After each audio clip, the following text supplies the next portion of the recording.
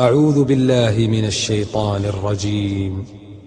بسم الله الرحمن الرحيم. عَمَّ يتساءلون عن النبأ العظيم الذي هم فيه مختلفون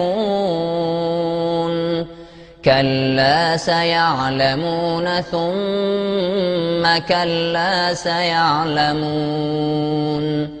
ألم نجعل الأرض مهادا والجبال أوتادا وخلقناكم أزواجا وجعلنا نومكم سباتا وجعلنا الليل لباسا وجعلنا النهار معاشا وبنينا فوقكم سبعا شدادا وجعلنا سراجا وهاجا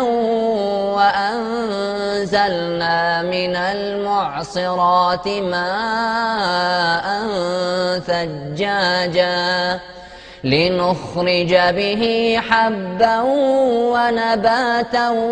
وجنات ألفافا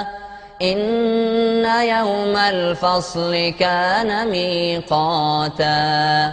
يوم ينفخ في الصور فتأتون أفواجا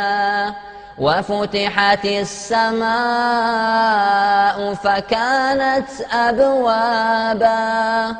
وسيرت الجبال فكانت سرابا إن جهنم كانت مرصادا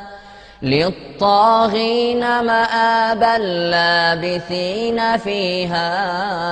أحقابا لا يذوقون فيها بردا ولا شرابا إلا حميما وغساقا جزاء وفاقا إنهم كانوا لا يرجون حسابا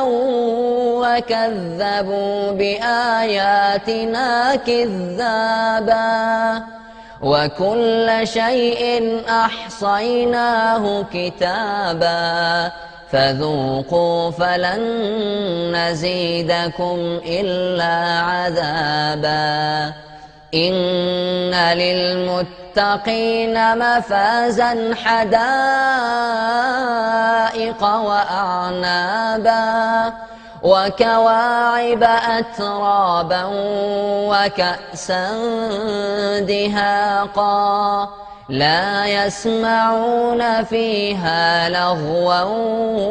ولا كذابا جزاء من ربك عطاء حسابا رب السماوات والأرض وما بينهما الرحمن